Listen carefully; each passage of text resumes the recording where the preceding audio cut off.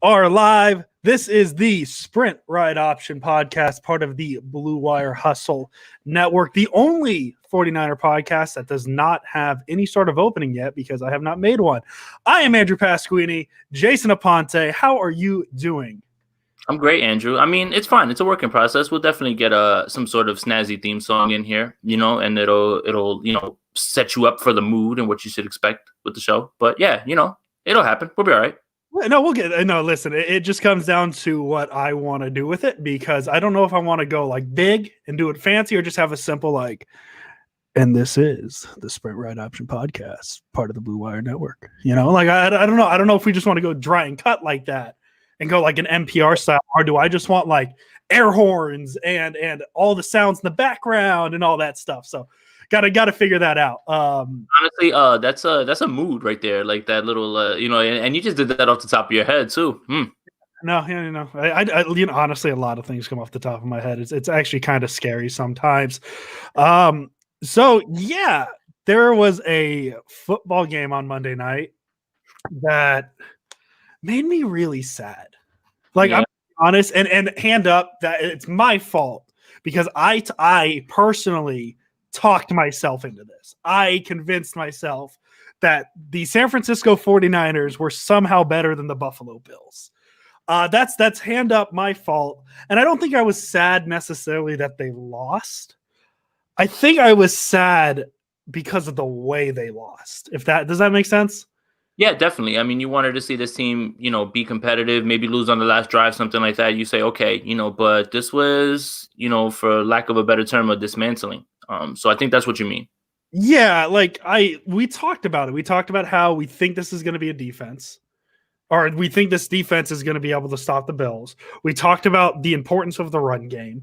We talked about all these things, and then none of it really happened. Nothing really happened. The defense played. I feel really weird saying it because I am a podcaster who talks about the team. The defense played really soft. And I guess not in terms of like physicality soft, just in terms of I think their zone, the way they covered was really soft. I just it really irritated me that it didn't feel like there was much of an adjustment from Robert Saleh in the second half. And this isn't, I don't want to go as far as saying, oh, well, Robert Saleh's shine as a head coach in 2021 is dimmed. That's not what I'm saying. What I'm saying is I just felt like, I don't know if they overthought it. I don't know if they thought that they could exploit the Bills in other ways than we talked about. Obviously, we're not in the coach's office. Not trying to say that. I don't know. I was just overall disappointed with the outcome. That's or not the outcome, but just kind of how we got to the outcome. Right, and I think it's a few things. You mentioned the zone, right? Compounded with the fact that the secondary didn't have a good game, and that goes for pretty much everyone, right? Jason Verrett, Richard Sherman, Tarvarius Moore.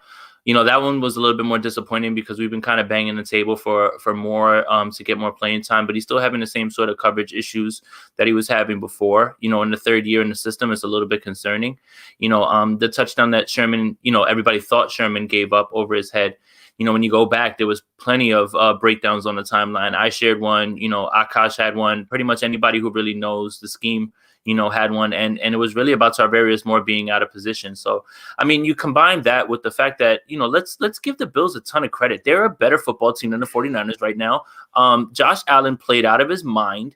And he made those off-schedule throws that we were worried about. And you know what? Sometimes in a football game, sometimes no matter what, the other team's just better than you. And I think that's what happened on Monday. I mean, that's just it, man. Like, I don't know what else. I don't know why there's a deep dive. I don't know why there's this huge outcry on people. It's like, if you guys watched, it was kind of apparent. Think about this. The first drive that the Bills had at the goal line got stuffed, right? The next time they get the ball after the goal line stand, they give it right back. The only other time they didn't score, aside from those two times, was the time that they punted at the end of the game when the game was well in hand. So just think about that. They really should have had points on their first drive. If they don't hand the ball back, literally Zach Moss handed the ball to the 49ers and gave them a reprieve. Like, he literally just was like, I'm sorry, here. Just think about that. Just think about that. Think about how many times they really could have scored if they really wanted to. Yeah, and I want to touch on your point regarding the Bills are a good team. But yeah, the game started off very wild. I can't think of any games, and I mean, I watch a lot of 49ers, obviously. I'm very curious to see how many games in NFL history, and I have no idea if there's a way to search this, had the first two drives of the game finish within the 1 yard line and both resulting in no points. That's just such a wild start. And then maybe Zach Moss also hated Kyle Shanahan's 4th and goal run out of shotgun formation and said, you know what? You get another chance at that. Here's the ball. I don't want you to make that same mistake. So Zach Moss, all-time 49er in my book, I would say. That's just me personally. I mean, he's given up his job to make sure the 49ers get more opportunities. What more can you ask for that? Yeah, and I mean, Brandon Ayuk scored that touchdown. But yeah, in terms of what you were saying about the Bills, I fell into that trap myself. Hand up, as I said, I talked myself into how well the 49ers have looked the past couple of weeks. And I was like, yeah, they're good. They're going to beat the Bills. And my brain instantly went to like the Bills I know of the Tyrod Taylor, Ryan Fitzpatrick before he was Ryan Fitzpatrick days when they weren't really great. They weren't really good. But the Bills are – I went over the quarterbacks in the NFL, and I put Josh Allen as my 4th quarterback in the NFL right now. Okay. The Bills are very good. The Bills are a very, very good football team, and I lost sight of that in the predictions. And I really guess like my big takeaway from this game is I learned it. I think you learned it. I think the 49ers learned it. I think 49er fans learned it, that no one circles the wagons like the Buffalo Bills. I just really had to get that out and say it. But yeah, no, the Bills are really good. And I personally lost sight of that. You know what happened? We got a little deceived by the Rams game, right? And then I think that Rams 49ers matchup is a perfect example for an argument that sometimes teams aren't necessarily better. They just match up better with you than other teams do. And I think the 49ers have the Rams number. And I think that we got a little too excited based off of that. And then we realized that, yeah, Jared Goff isn't Josh Allen. Stephon Diggs is a really good receiver. Cole Beasley is a really good receiver from the slot. Like, we learn these things, just because Josh Allen had a little bit of lull in his production, I think that he kind of put himself back on the map with the MVP conversation because he was the reason this game was won. It's not like the Bills had the superior defense or anything like that. Give credit to the Bills defense for playing better, but I feel like the 49ers abandoned some things a little bit earlier. To your point about it's a moot point because the 49ers wound up scoring, but I hate the running out of shotgun from the 1. I hate it. You want to get 1 yard? You want to get 1 yard from the 50? Cool. Do it out of the shotgun. 1 yard at the 1. Come on, man. You gotta get better than that. I hate the shotgun runs on 4th and 1. I hate it. Just a general pet peeve of mine, because why are you you are choosing to start with the ball 5 yards behind the line of scrimmage when you need 3 feet, right? And so like with like a fullback dive or a halfback dive, at least they have the momentum going into the line to push through, where out of shotgun, they're dead stop getting the ball. I don't like the 4th and 1 shotgun runs ever, unless maybe it's a draw. You might be able to talk me into like a running back draw or a quarterback draw. You might be able to talk me into that. I promise the people watching right now, though, this is going to be one of those episodes, at least on my side, where we're going to talk doom and gloom for 40 minutes. And then I'm going to slowly reel you back in, and we're going to be talking playoffs by the end of the night. That's my promise. Where do I want to start with this game? If we're going to like open it up Christmas Day and unpack it and piece it all together, where do I want to start? Here's how we start. Say something positive. Say something. Well, I guess that's my starting point. Say something positive. Nick Mullins didn't have a bad game, I don't think. Number wise, not great. Obviously, the 2 interceptions, one wasn't his fault. Actually, you know what? No, I'm going to back up. I'm going to say both of them weren't his fault. Ayuk drops one. The second one comes in garbage time where he's trying to get something to happen, and Tre'Davious White just does Tre'Davious White things and picks it off. I don't think either of the interceptions is necessarily his fault. Yeah. What I saw a poise and a confidence in him. He was not afraid of the Bills' pass rush. He stood in there. He took some hits. He made some good throws. And you could tell me that there were some throws that were bad, like the Kendrick Bourne almost touchdown at the end of the game. If he would have led him a little more to the sideline, that probably is a touchdown, right? That's probably a touchdown. I liked what Nick Mullins showed. Obviously, as I said, the numbers don't necessarily show it. It's definitely one of those like go back and watch the game sort of thing and use your eyes. Ignore the numbers, use your eyes and see what Nick Mullins looked like. To me, that's what it was. I thought he looked fine. He was tough. He stood in the pocket. He made some throws that usually we don't see him making. Also took a deep shot to Brandon Ayuk, which, Shanahan doesn't like to call too much. So overall, I would give Nick Mullins a passing grade despite the numbers. Yeah, I mean, and then you said it, a deep shot, right? So they ran a flood concept. They had 3 levels for each throw. You see the similarities to what the Rams do. The Rams have used that. And he chose the deep shot. He actually hit it, and Brandon Ayuk was somebody that was there. So I guess my positive is Brandon Ayuk because he's a baller, and it didn't matter who was guarding him; he was open. I find clips of him, shaking Tre'Davious White, killing Levi Wallace. Doesn't matter who's on the other side. Really doesn't. He's just open. He's open all the time. And, the 49ers really nailed this one, man. Like, I know that almost every week that we see him play, we could say the same things, but I really walked away impressed this game. Like, I'm like, oh, man, this is a name brand receiver. This is a name brand corner.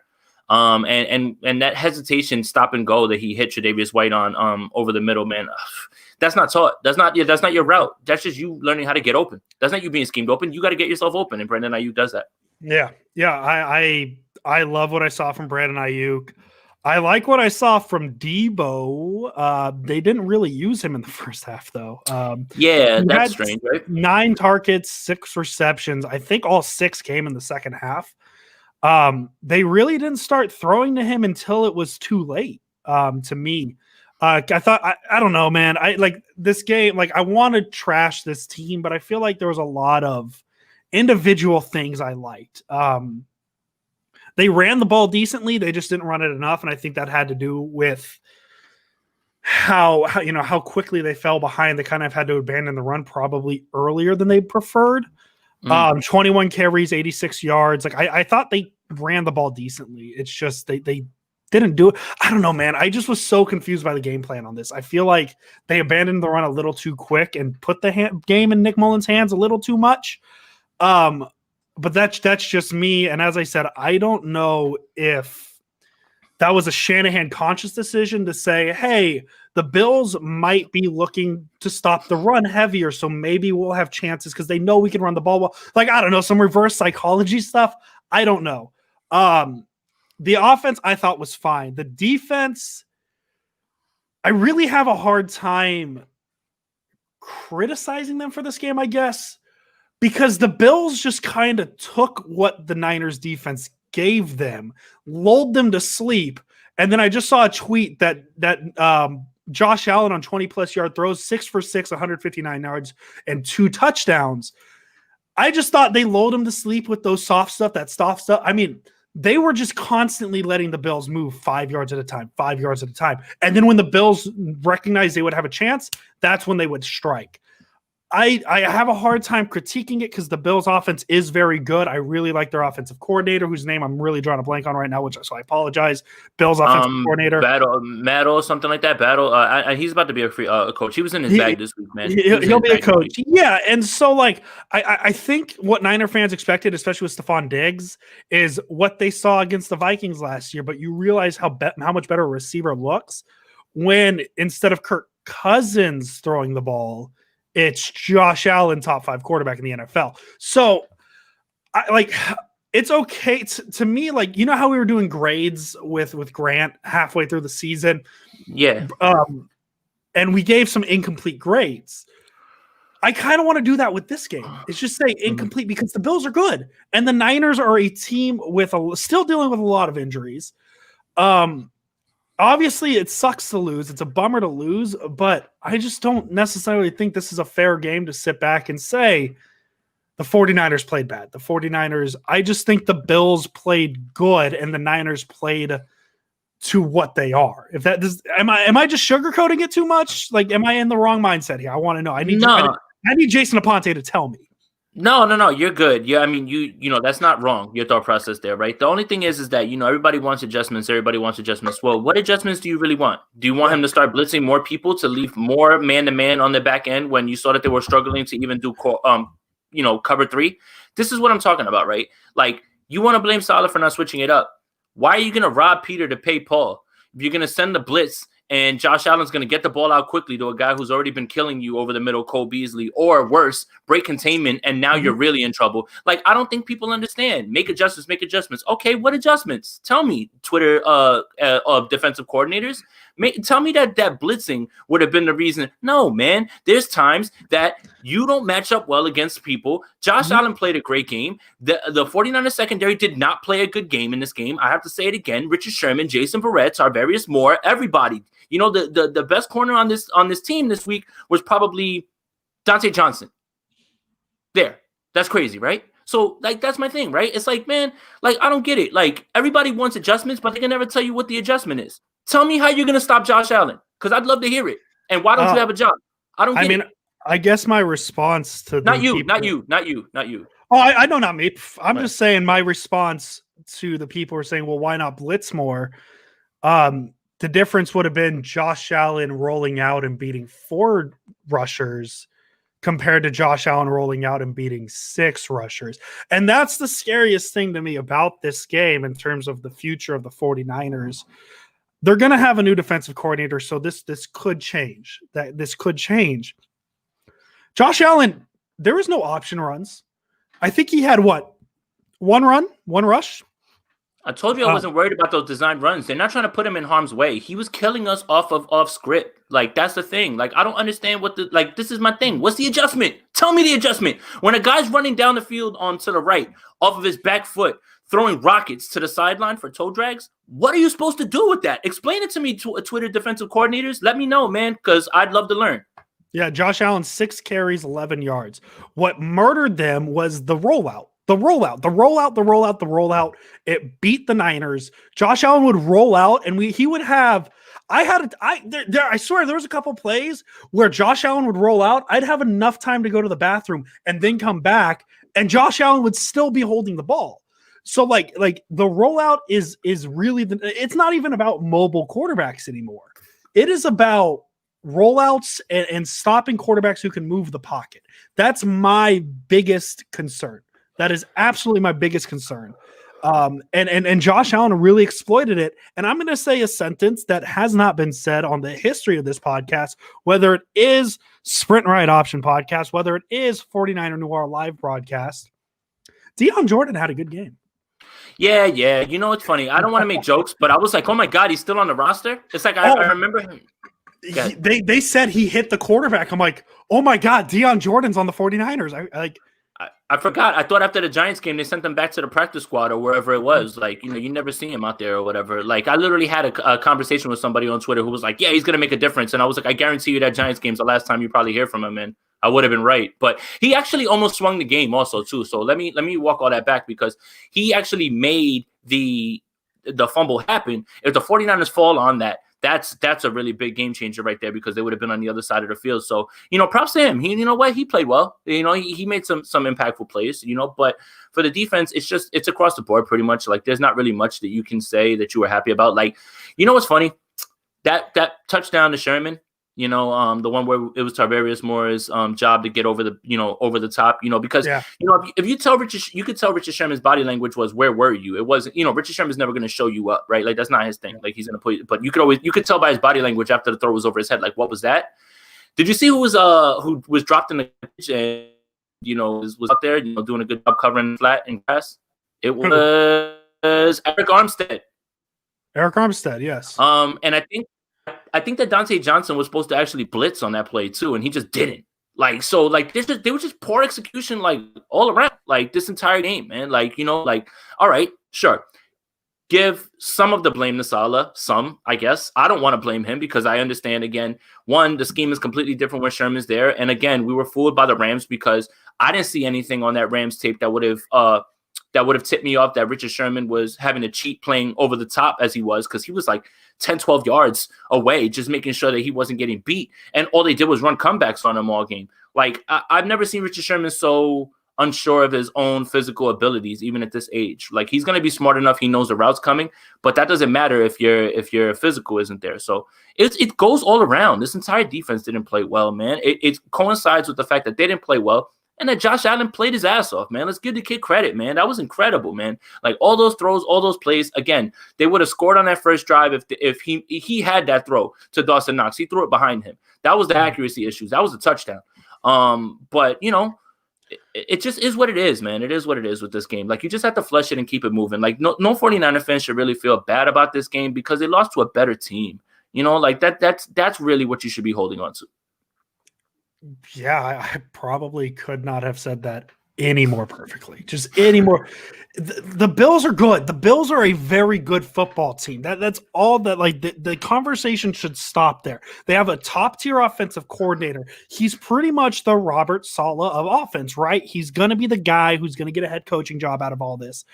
And he just out-schemed Robert Saleh. That's really all I could say. Not out-scheme, but he found the issues in Saleh's defense and exploited it. That's really all you could ask for. So now the question is how do the Niners adjust? Because now there might be a little something that teams saw.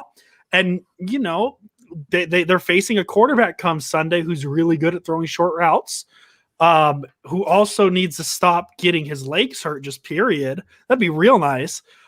So I just want to flush this game. I don't even want to remember this game existed, to be honest.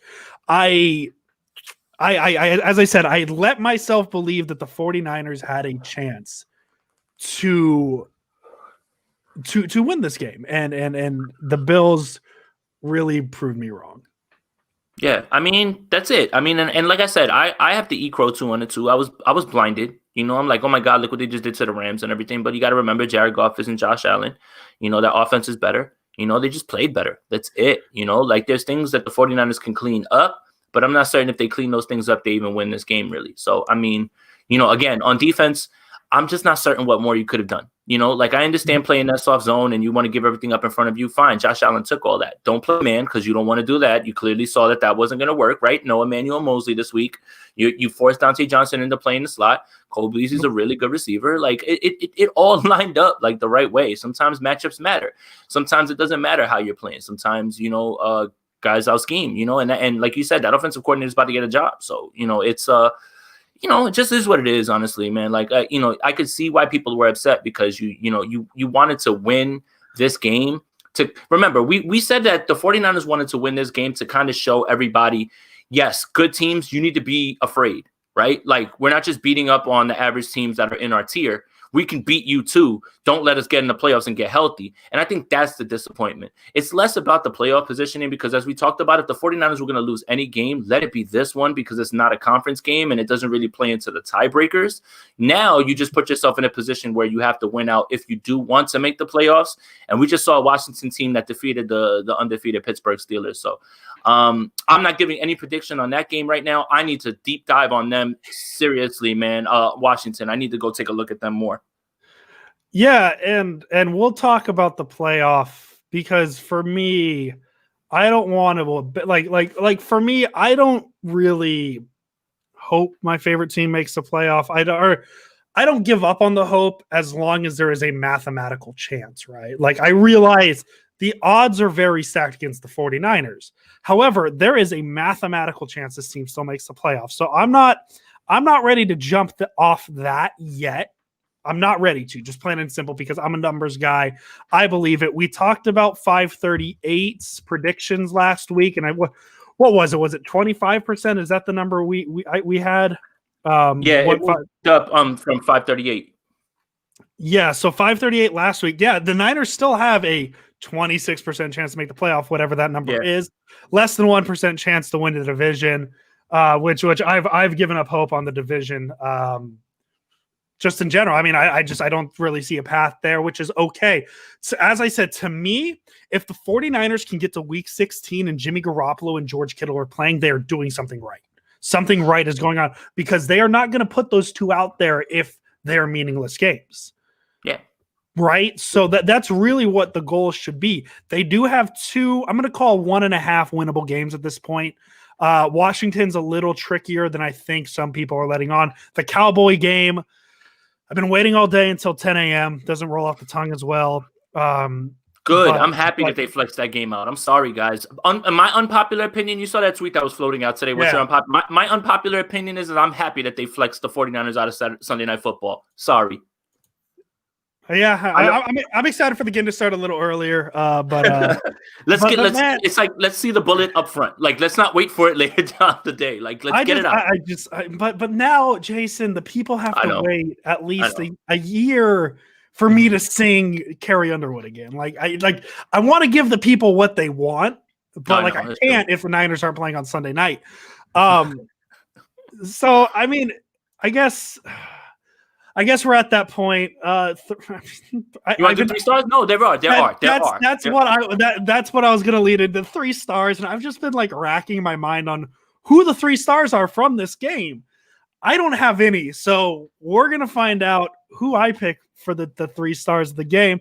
And I guess I'll start with my 3rd star, and I want to preface this 3 stars with this is probably in no particular order, just because I don't know. But my 3rd star, I'll go Nick Mullins.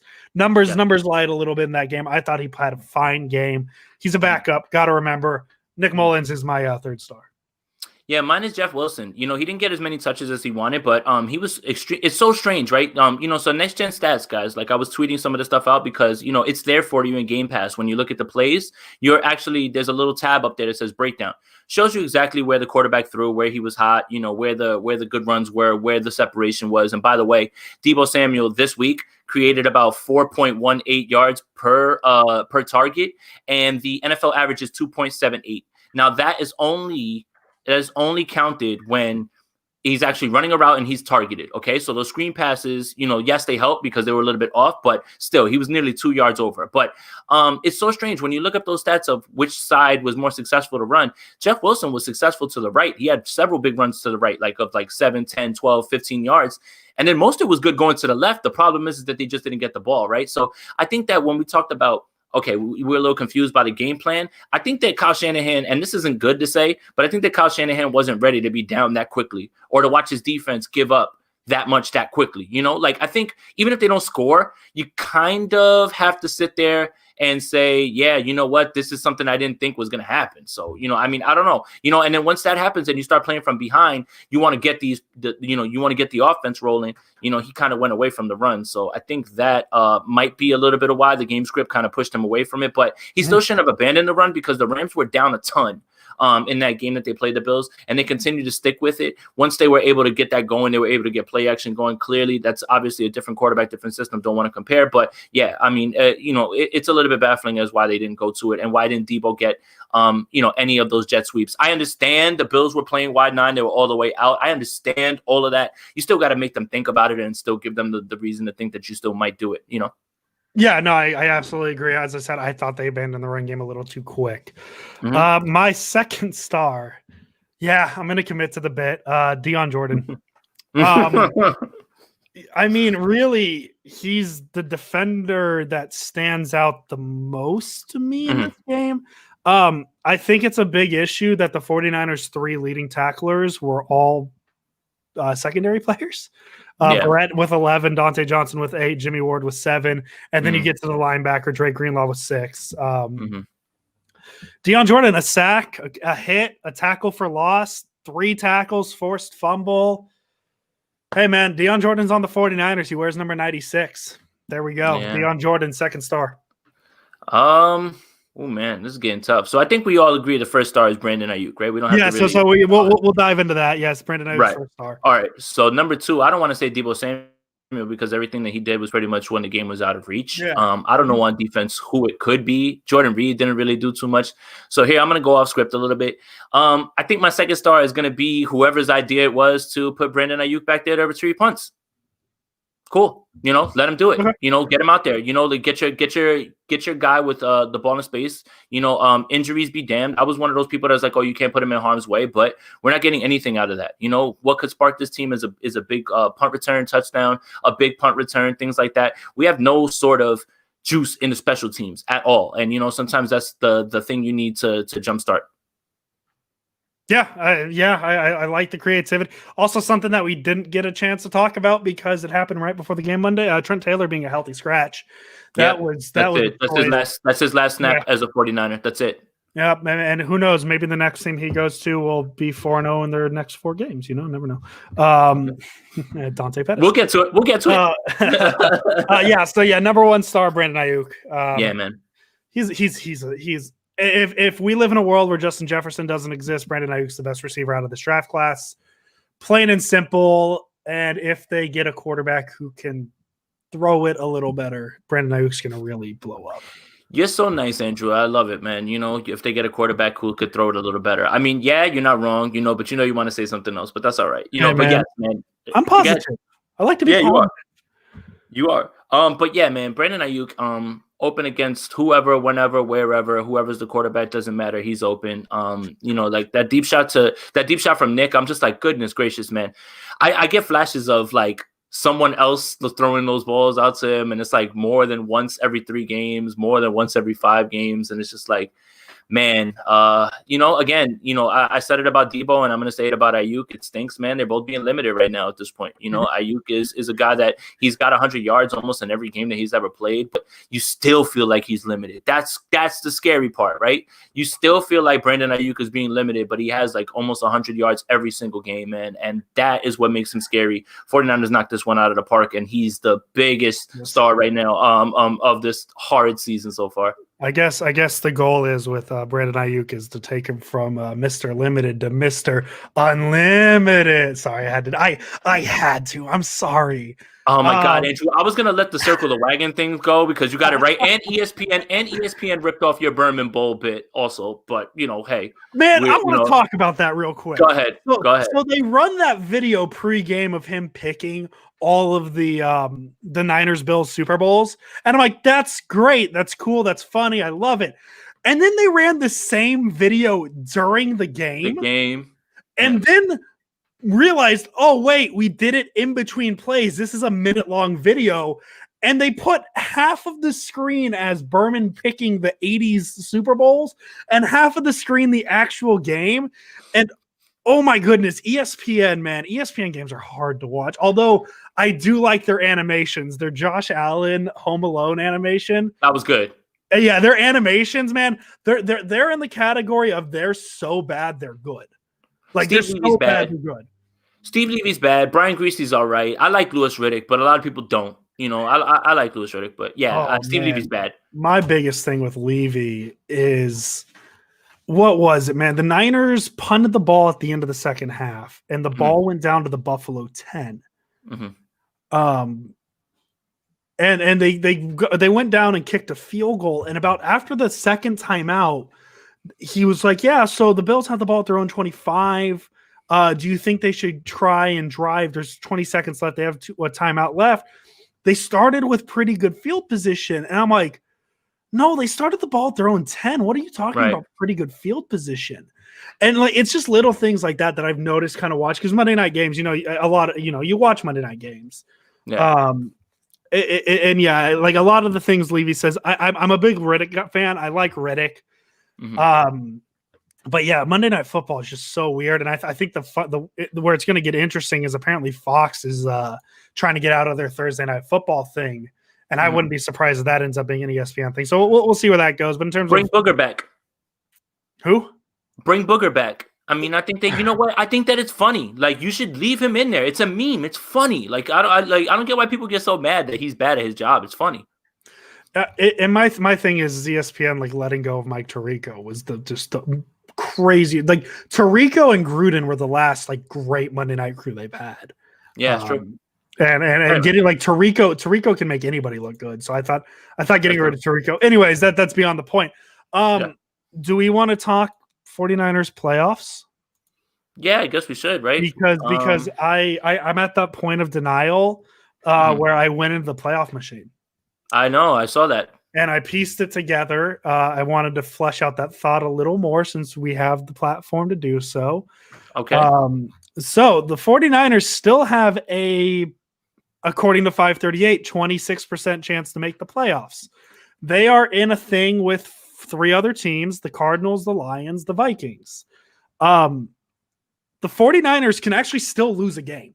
They actually can still lose one. And I actually, just to really prove the point, I made their one loss in the simulation I ran last night against the Cardinals. That was their one loss. So here's what needs to happen for the 49ers to make the playoffs, okay? And I have the schedules in front of me. The Lions need to lose 2 out of 4, 2 of their last 4 games. Their last 4 games, find 2 losses. The Packers, at Tennessee, Tampa Bay, Minnesota. That can easily be 0-4. That can easily be 0-4. So they have to win 2 of those games. The most they can win is 2 of those games. They cannot win 3. I don't think the Lions are winning 3 out of those 4 games. Do you? No, but who you said Tampa Bay? Who else? Green Bay, at Tennessee, Tampa Bay, Minnesota. They could lose all 4 of those games. They can lose all 4 of those games. So 538 has the Lions at, let's see if I can find them, a 3% chance to make the playoffs. That's not great. Yeah, that's not good.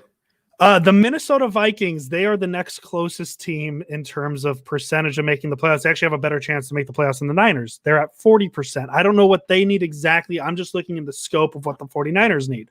The Vikings also need to win 3 of the next 4. Their path looks a little easier at Tampa Bay, which could be a loss, versus Chicago, at New Orleans, at Detroit. So to me, at most, they go 2-2 there, which is exactly what the Niners need to do. Maybe they can beat the Vikings, maybe they can beat the Buccaneers. Maybe they can beat the Saints.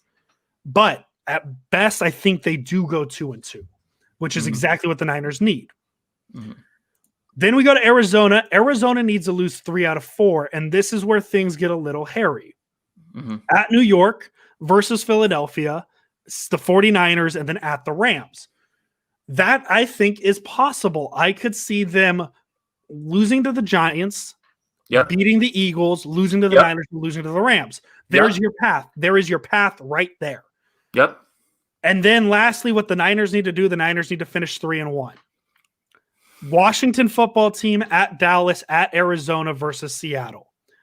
They need to sweep Washington, Dallas, and they need to split Arizona, Seattle.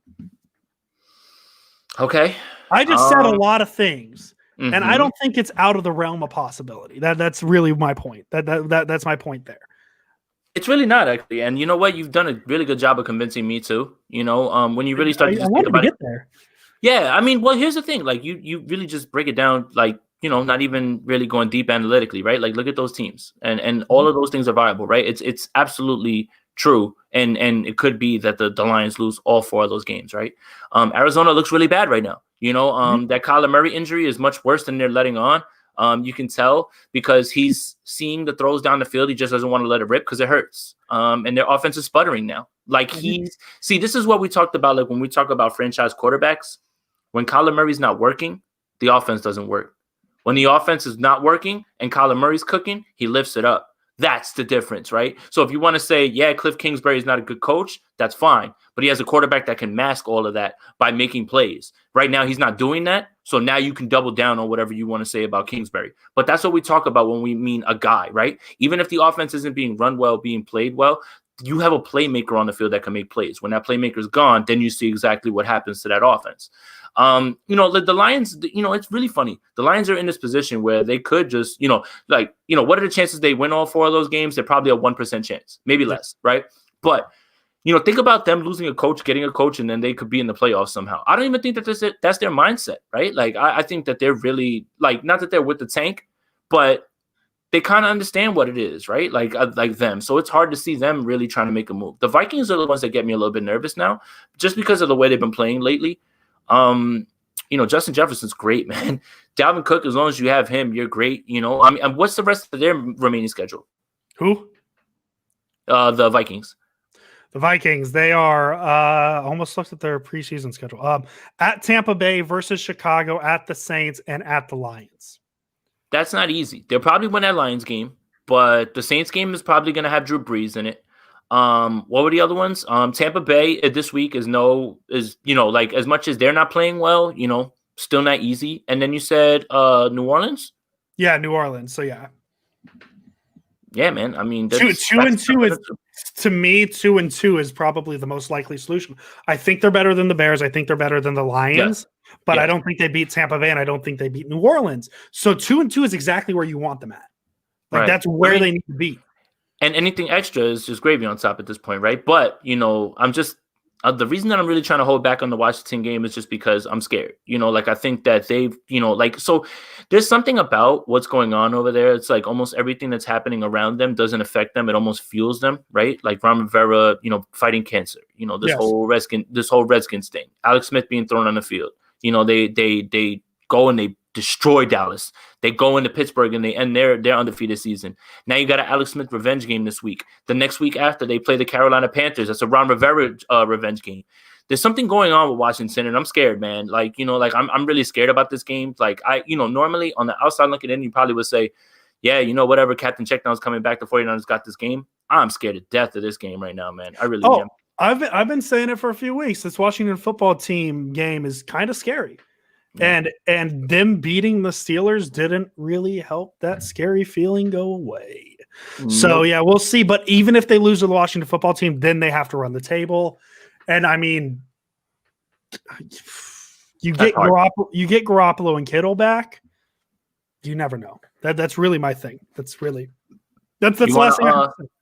You want to open it up? We'll do it in 5 minutes. We'll do some questions. So I have some maybe breaking news. Okay. That I don't know if you want to dive into. I know some 49er fans are interested in this still.